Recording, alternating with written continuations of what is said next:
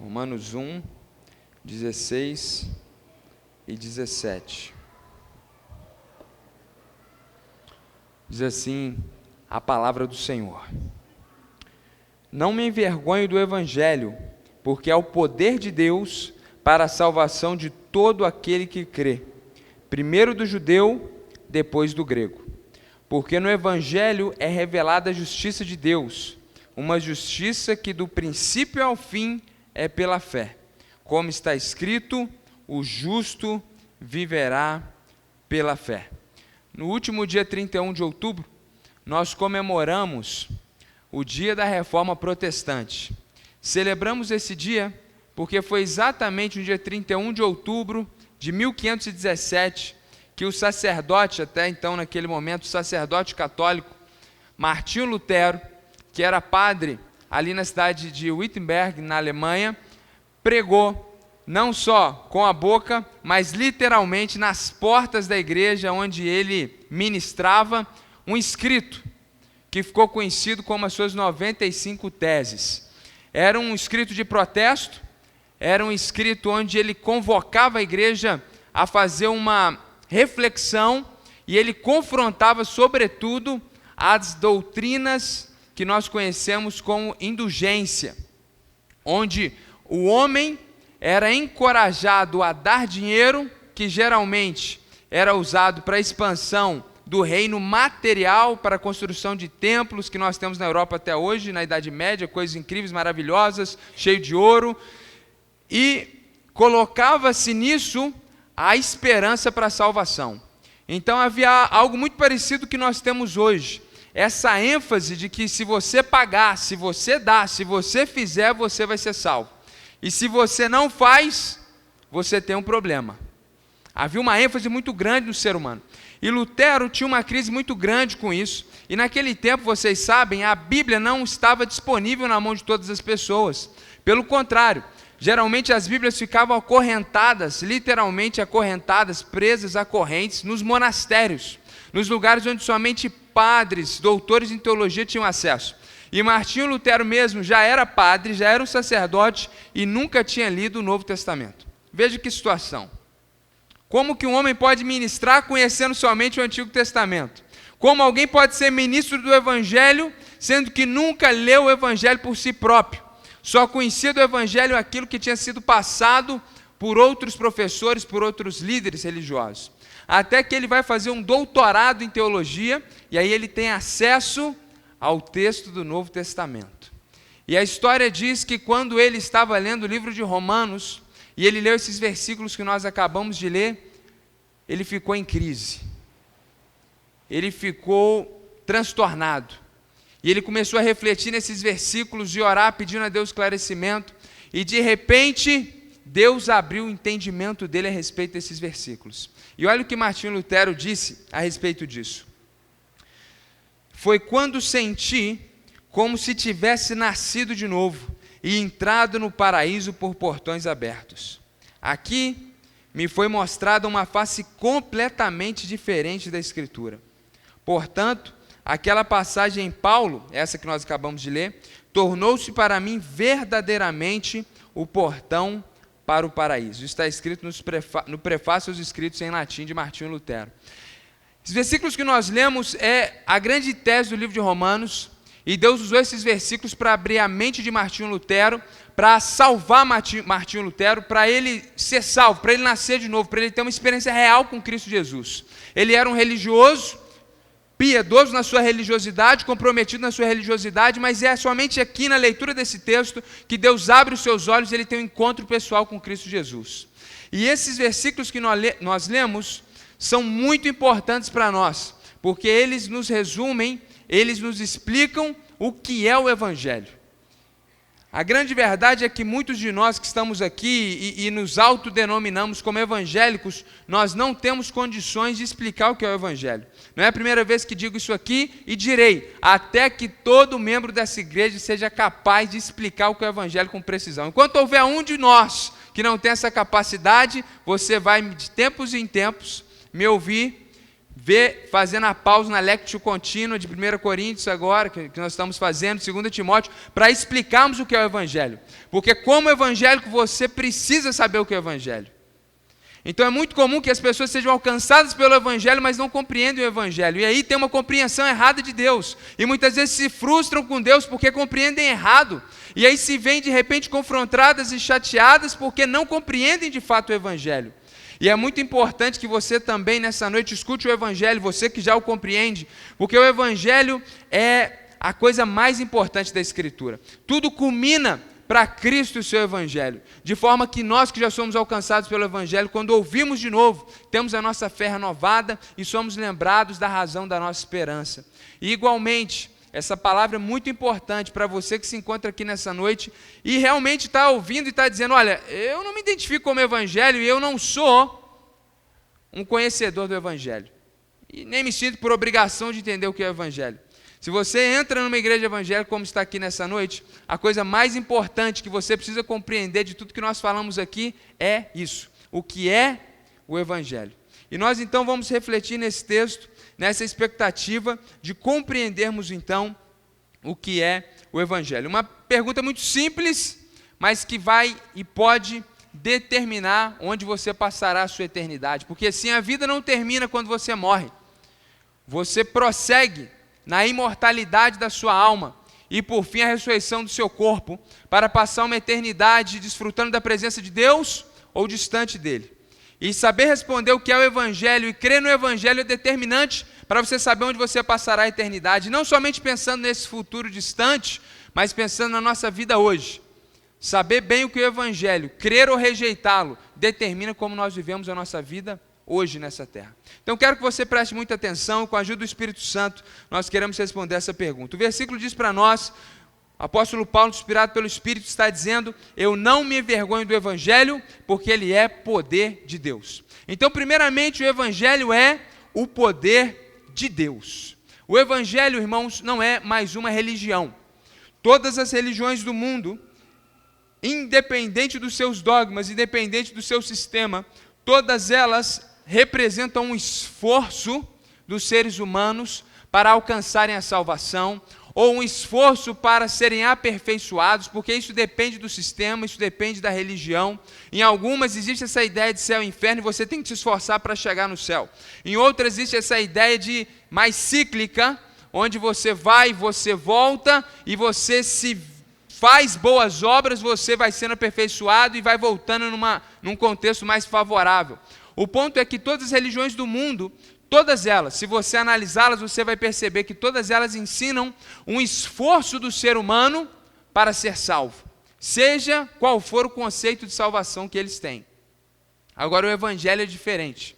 O Evangelho não é religião, porque diferente de todas as religiões, o Evangelho nos traz uma mensagem onde não somos nós que nos salvamos pelas nossas práticas e pelas nossas obras, mas é o poder de Deus que opera na nossa vida e nos salva. Então o Evangelho ele é esse poder de Deus, não é simplesmente um sistema de crenças, um conjunto de ideologias ou um código de ética. Não é simplesmente a roupa que a gente veste, o que você fala, o que você não fala. O Evangelho é algo sobrenatural. O Evangelho é de fato a mão poderosa de Deus atuando na vida daquele que encontra e compreende esse Evangelho. Não é algo humano, é algo divino. Não é algo que homens inventaram, é algo que o próprio Deus projetou antes do mundo ser criado. O Evangelho é o poder de Deus. Então você precisa entender que o Evangelho é algo celestial, é algo incrível. Não é mais uma falação ou invenção humana. O Evangelho, ele é o poder de Deus. E ele é o poder de Deus, segundo o texto bíblico, para salvação. E quando eu penso nesse poder de Deus, nessa atuação poderosa de Deus, nessa ação milagrosa de Deus, para salvar pessoas, o ouvinte atento está se perguntando nessa hora, por que eu preciso ser salvo?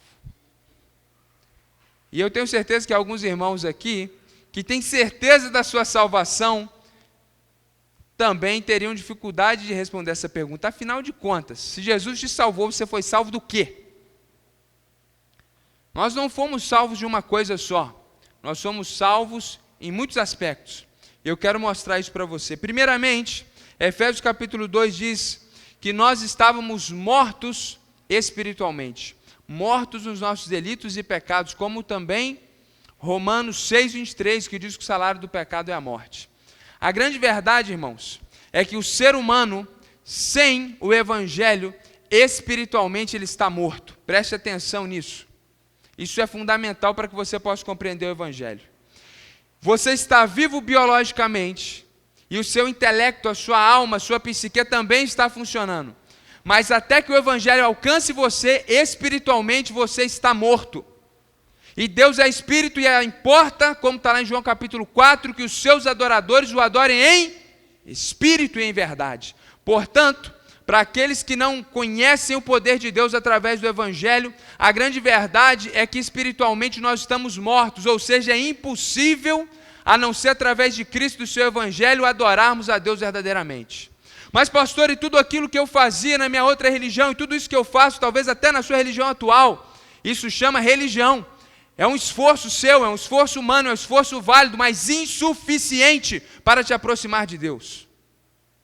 Porque o seu espírito está morto, e morto não fala, morto não ouve. É por isso que você ouve pregação após pregação, é por isso que você vai na sua religião, mas você não conhece Deus verdadeiramente, você nunca ouviu Deus falar contigo, e Deus ainda não transformou a sua vida. E tudo que nós falamos parece uma coisa muito distante, porque espiritualmente você está morto.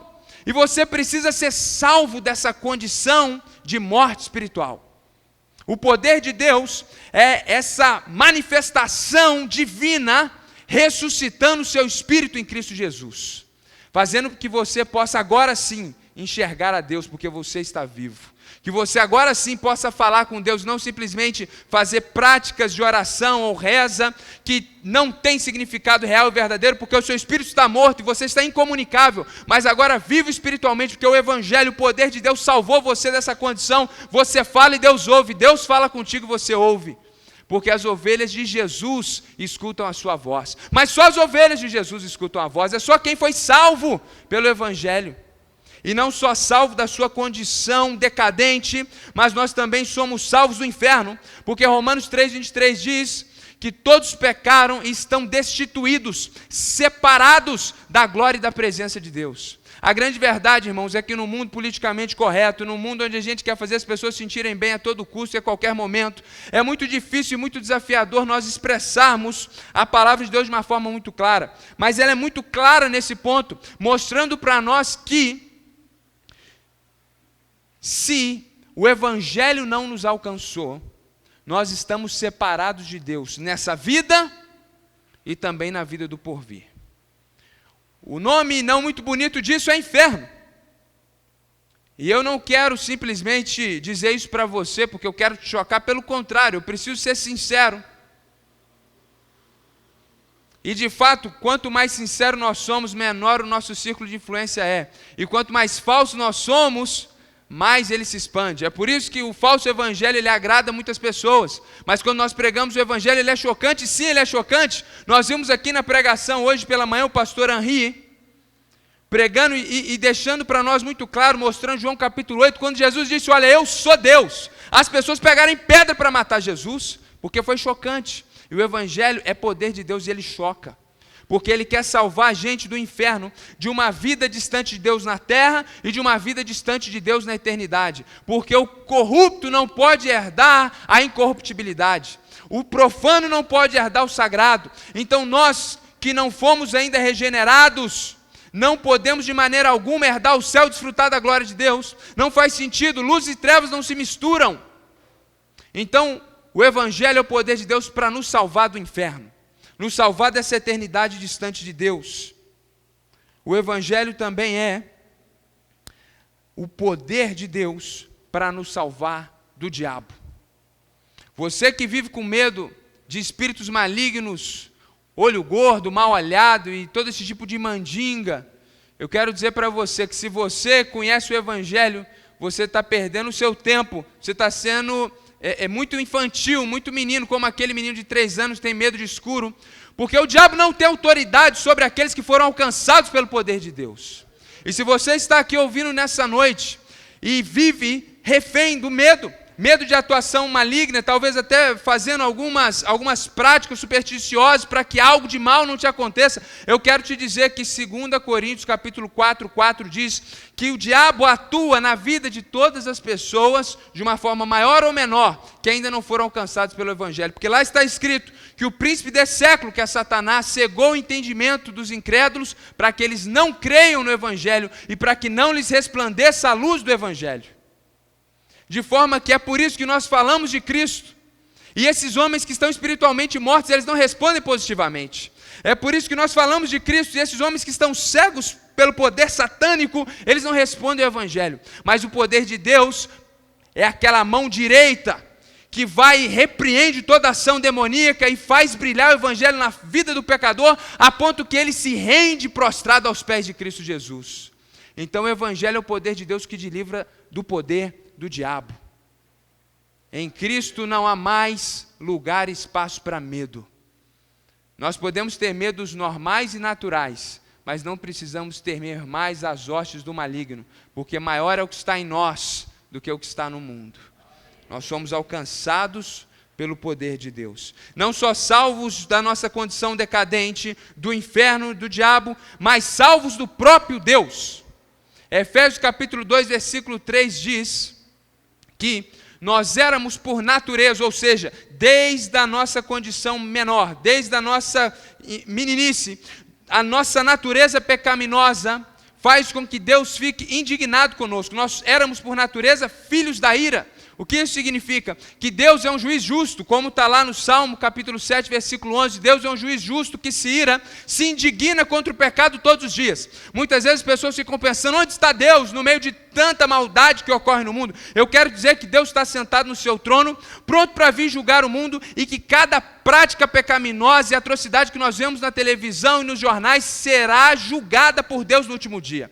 Ele não está fazendo justiça hoje, porque se ele estivesse fazendo, o mundo já teria acabado. Mas como diz o apóstolo Pedro na sua carta, como ele é bondoso, paciente, longânimo, ele ainda não está decretando juízo sobre a humanidade. Mas saiba disso, que todos os dias Deus se indigna na eternidade contra todo o pecado.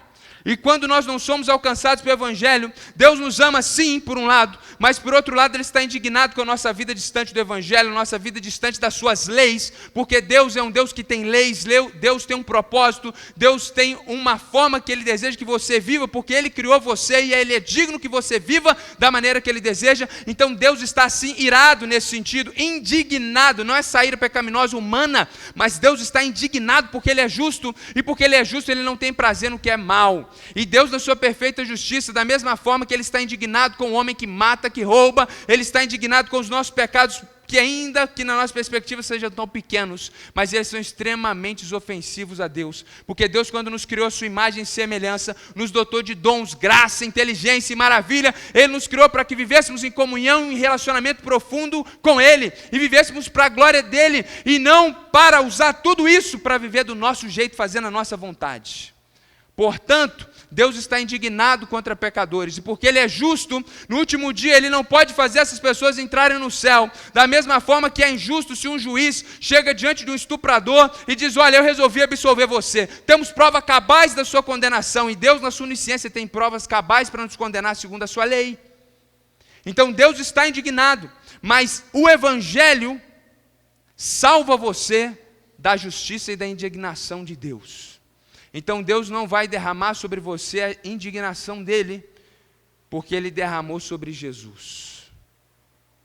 Então o Evangelho é o poder de Deus que te salva do próprio Deus. Deus resolveu nos salvar da sua justiça e da sua indignação. Aliás, irmãos, Jesus disse, não temam aqueles que matam o corpo. Temam antes aquele que tem poder de lançar a alma no inferno. E eu me lembro uma vez que um professor de escola bíblica, ainda na minha adolescência, disse que nós deveríamos então temer o diabo, porque o diabo é quem lançava as almas do inferno. E ainda novo na fé, eu refutei, e hoje com mais entendimento eu tenho certeza, o diabo não tem essa autoridade de maneira alguma. Quem manda as almas para o inferno é o Deus justo. De forma que nós precisamos temer a justiça de Deus. Existe um avivamento que ocorreu nos Estados Unidos, no século XVIII, uma pequena cidade americana, que naquele contexto era cheia de bares, e as pessoas, após o trabalho, saíam para desfrutar dos prazeres dessa vida. Um pregador chamado Jonathan Edwards pregou um sermão intitulado como Pecadores nas mãos de um Deus irado, falando justamente sobre isso. E Deus usou aquela pregação para promover um dos maiores avivamentos da história. Praticamente todas as pessoas da cidade se converteram e todos os bares se fecharam e a criminalidade veio a zero. Porque eles compreenderam que o Evangelho é o poder de Deus para nos salvar da indignação do próprio Deus.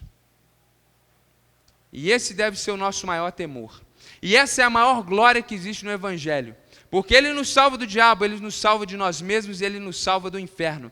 Mas nada disso se compara à justiça de Deus. Que não há montes que fiquem de pé. E ninguém pode resistir.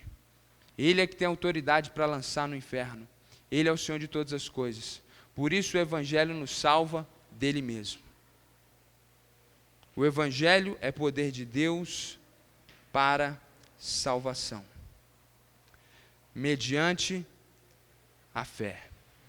Mas antes de entrar na fé, eu quero que você reflita comigo. Como que o apóstolo Paulo está enfatizando que a salvação ela vem de Deus. E quando nós olhamos para a Escritura, em toda ela, nós percebemos isso de uma forma muito clara, que a salvação é uma obra de Deus. O próprio profeta Jonas, no capítulo 2, versículo 9, ele declara isso dentro do ventre do peixe. A salvação vem do Senhor. Isso é muito bonito de ser repetido, mas muitas pessoas não percebem as implicações tão profundas e verdadeiras que há nessa verdade. Porque a grande questão, irmãos, é que nós precisamos entender de uma vez por todas que a salvação é resultado da atuação poderosa de Deus nas nossas vidas, e não fruto do esforço humano. Você não é salvo porque você é melhor que outras pessoas e você decidiu vir para a igreja. Todos nós somos pecadores que não merecemos a graça e a bondade de Deus, e com certeza nós somos os piores, por isso que Deus nos salvou primeiro. Nós precisamos entender de uma vez por todas que nós não colaboramos com Deus para a salvação. Nós precisamos entender de uma vez por todas que nós não temos 1% para contribuir na salvação. O Evangelho é o poder de Deus para a salvação. Em outras palavras, a salvação é um esforço da parte do próprio Deus. É Ele que com o seu poder nos salva, nos alcança e nos restaura. É como um homem que está se afogando, o barco chega para salvá-lo e joga a boia. E aquele homem desesperado agarra a boia e é resgatado. Qual é o louco que ao invés de ficar grato porque aquele barco lançou a boia e o puxou, vai se vangloriar porque eu segurei a boia, eu tenho parte na minha salvação? Seria uma loucura, seria ingratidão, seria irracional. Então não pensemos que nós somos salvos porque nós somos melhores que outras pessoas e decidimos crer no Evangelho porque a gente é tão inteligente. De maneira nenhuma, irmãos. O Evangelho é obra de Deus. A salvação, ela vem do Senhor. O homem não contribui com a sua salvação. Ele apenas crê. E a crença não é esforço. A crença, a fé, não pode ser considerada um esforço. Quando nós cremos em Deus, Ele nos salva com o seu poder. E como a salvação ela vem do Senhor, e o texto bíblico diz que aquele que começou a boa obra em nós, Ele é fiel para terminá-la. Como a salvação não vem de você, como ela vem de Deus, ela é a manifestação do poder e da glória de Deus na sua vida, nós temos certeza que o mesmo Deus que te alcançou, talvez alguns meses, alguns anos atrás, Ele vai permanecer contigo até o último dia, e garantir que você persevere até o final, de forma que O justo que é salvo pela fé, aquele que é alcançado pelo poder de Deus, por ter sido alcançado pelo poder de Deus, ele não perderá a sua salvação. Porque a salvação não é fruto do esforço humano, onde eu faço e recebo. Isso é religião, gente. Todas as religiões do mundo se resumem a isso. Eu faço e eu ganho. Eu mato o animal e algo acontece. Eu faço uma mandinga e algo surpreendente desaparece. O evangelho não é isso. O evangelho não é esforço humano e eu recebo algo em troca. Como diz lá em Romanos capítulo 11, quem deu a ele alguma coisa primeiro para depois ser recompensado? Quem compreendeu a mente do Senhor? Nós não compreendemos os propósitos eternos e a glória de Deus, de forma que Ele decidiu nos salvar por uma atuação poderosa e maravilhosa, e você não tem parte nisso. Glória, pois, a Ele eternamente e somente a Ele. Isso é o Evangelho. O resto é religião. Esse é o Evangelho de Deus. É poder de Deus para a salvação de todo aquele que crê, como diz, primeiro do judeu, depois do grego. Paulo era judeu e ele está fazendo uma análise histórica. O evangelho surge através do Deus vivo que se encarna na pessoa de um homem da etnia judaica, e aí esse evangelho cresce no meio dos judeus e depois ele alcança o mundo. E na perspectiva do judeu, quem não era judeu era grego. Essa era uma forma, um sinônimo para a palavra gentio. Então não é simplesmente para duas etnias, judeu e grego, é primeiro do judeu e naturalmente depois para o mundo inteiro. Então, naturalmente, nós podemos pensar que se a salvação é esse poder de Deus que opera na vida das pessoas, alguém poderia pensar, bom, então a salvação é algo automático, porque Deus opera e Deus salva a gente. Mas não é automático, o texto está deixando muito claro que é mediante a fé. Isso em consonância com Efésios capítulo 2, 8 e 9. Pela graça vocês são salvos. Mediante a fé. Isso não vem de vocês, é um presente de Deus. Não por obras, para que ninguém se glorie. Pela fé. Você precisa crer não somente em Deus, tampouco em igreja. Você precisa crer em Cristo Jesus, porque Jesus é o próprio Deus que desceu da sua glória, se fez homem, viveu de forma perfeita e morreu como um pecador como nós. O justo morreu pelos injustos, para que a ira que Deus iria derramar sobre nós não precise ser mais derramada, porque Ele derramou sobre o seu Filho. Em outras palavras, Deus derramou sobre Ele mesmo. É como que um juiz que condena alguém e desce da sua cadeira e diz, eu vou pagar a pena, você está livre. Foi isso que Deus fez. Esse é o Evangelho. E você precisa crer nisso. Você não é salvo automaticamente. O poder de Deus não vai te alcançar automaticamente. Muitas pessoas vêm à igreja e elas estão querendo encontrar o poder de Deus. Só que elas querem encontrar o poder de Deus na manifestação de uma cura, de um milagre, de ver um anjo. Elas têm expectativas do sobrenatural. Isso é muito comum da pós-modernidade, que nega a verdade, mas tem expectativas de superstição, de uma espiritualidade que não tem cara religiosa. E as pessoas querem encontrar esse poder de Deus, vão às igrejas evangélicas, sobretudo aquelas que têm poder. Mas, irmãos, não há poder maior manifesto de Deus, e nunca haverá, do que a manifestação da sua salvação na vida de um ser humano, que é a manifestação do Evangelho. Então, se você entrou aqui esperando algo, sentiu um arrepio, quem sabe, algo acontecer na sua vida, a maior manifestação do poder de Deus que você pode ter é crer no Senhor Jesus Cristo e experimentar toda a glória de Deus restauradora na sua vida, salvando você, restaurando você, mediante a fé, porque não é por obras, é por crer no que Cristo fez por nós.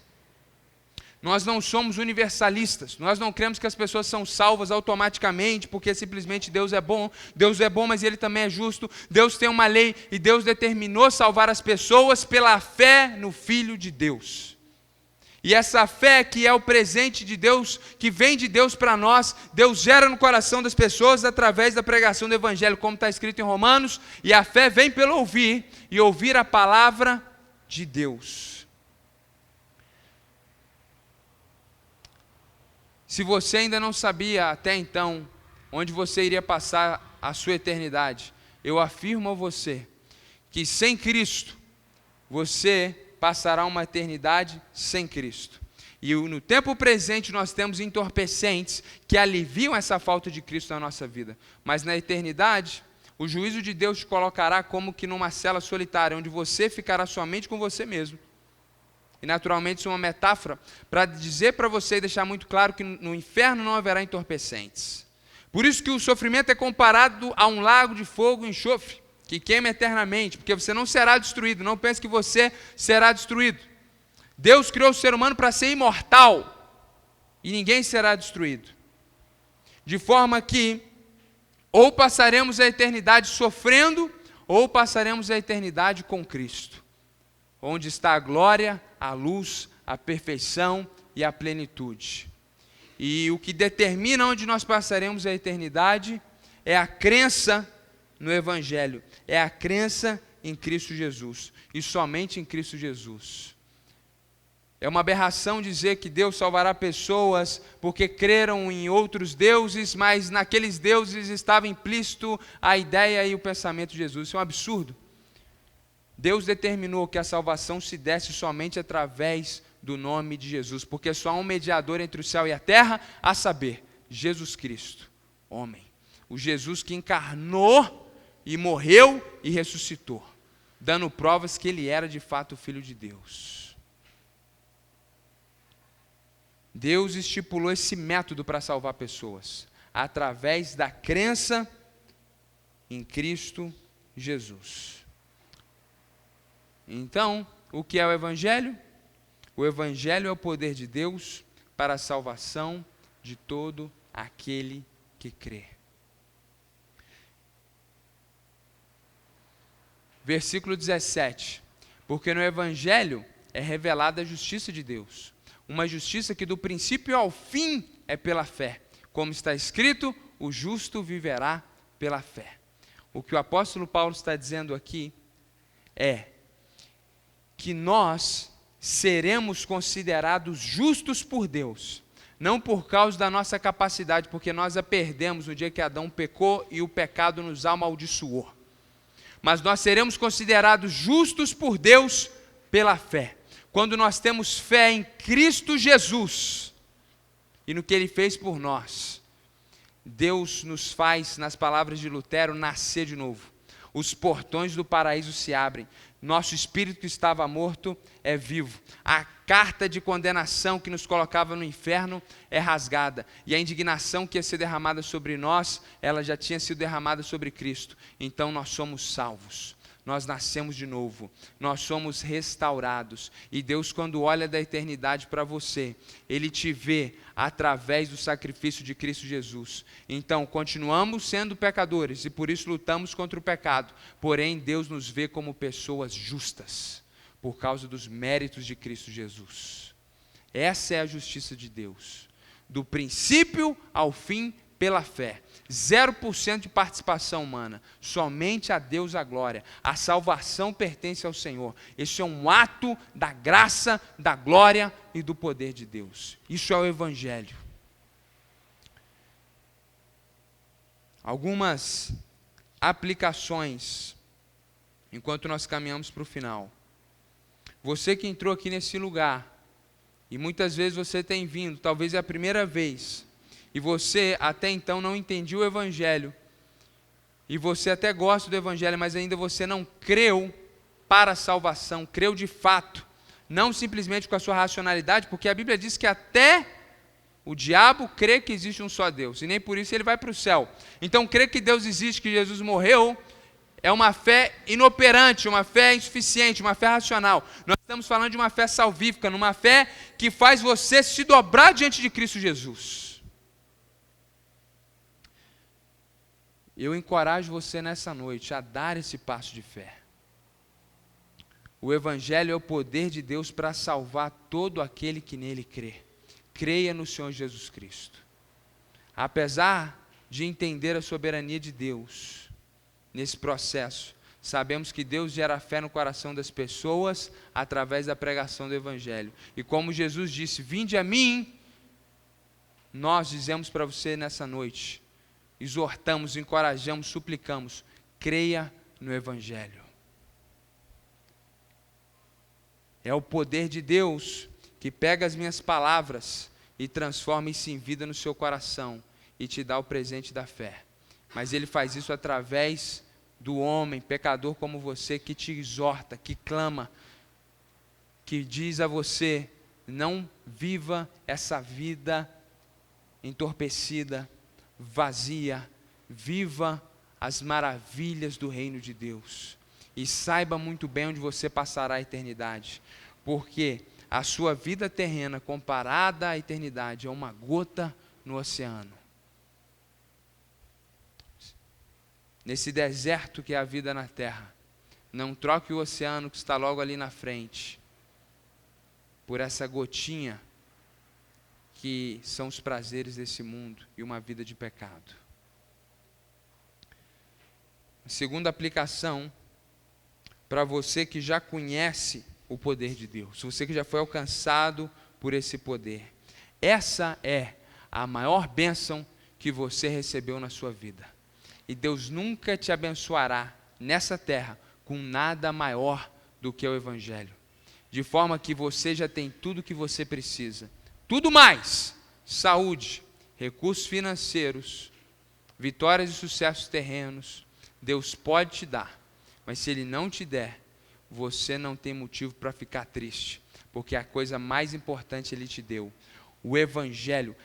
Deus Todo-Poderoso se manifestou a você, ressuscitou o seu espírito, você agora está vivo, você tem comunhão com Deus, Criador dos céus e da terra, você foi alcançado pelo Evangelho, você tem tudo e o Evangelho é suficiente para você. Então, não perca tempo, não fique chateado, entristecido, porque você não tem tudo que você gostaria. Se deleite na glória que já foi revelada a você, no poder de Deus que já foi revelado a você. E última aplicação: você que conhece essa glória, você que conhece esse Evangelho, saiba disso, que a salvação de Deus se dá mediante a fé, de forma que Deus tem usado seres humanos para levar esse Evangelho a outros. Então, o objetivo de Deus não é somente que eu pregue nessa noite sobre o Evangelho, mas você que entendeu melhor o Evangelho nessa noite, possa transmiti-lo a outras pessoas. Não guarde esse tesouro só para você, porque quanto mais você compartilhar dele, mais o seu baú será enriquecido. Quanto mais nós compartilhamos do Evangelho, mais ele faz efeito na nossa vida. Não há alegria maior para um filho de Deus do que falar do seu Pai, o Deus Todo-Poderoso. Não há glória maior para nós do que ver pessoas se rendendo através de Jesus. Não há maravilha maior nesse mundo do que ver o poder de Deus ativo e glorioso transformando uma pessoa enquanto você está simplesmente falando. Mas você não está falando palavras humanas, você está falando do Evangelho, que é poder de Deus. Então eu encorajo a você, a tempo e a fora de tempo, vamos pregar o Evangelho. O que é o Evangelho? É o poder de Deus para a salvação de todo aquele que crê.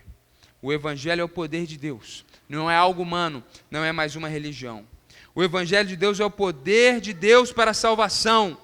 E nós vimos aqui claramente que todo ser humano, ele precisa de salvação.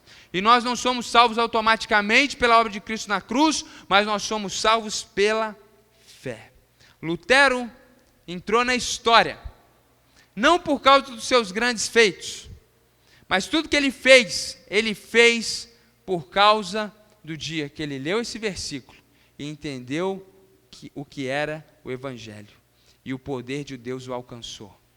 Então Lutero, Calvino, Zwinglio, John Knox e todos os outros reformadores são simplesmente instrumentos nas mãos do Senhor. Todos eles são nada comparados à mão poderosa do Senhor, que arquitetou soberanamente esse grande avivamento que ocorreu na Reforma Protestante. De forma que nós celebramos a Reforma Protestante, mas na verdade nós glorificamos a Deus, porque esse foi um avivamento que veio da parte dele. O que fez a diferença na vida de Lutero foi o Evangelho. E é isso que precisa fazer diferença na nossa vida. O Evangelho é o poder de Deus para a salvação de todo aquele que crê. Louvamos a Deus por esse Evangelho, que nos salvou, tem nos salvado, tem nos santificado e nos redimirá no último dia.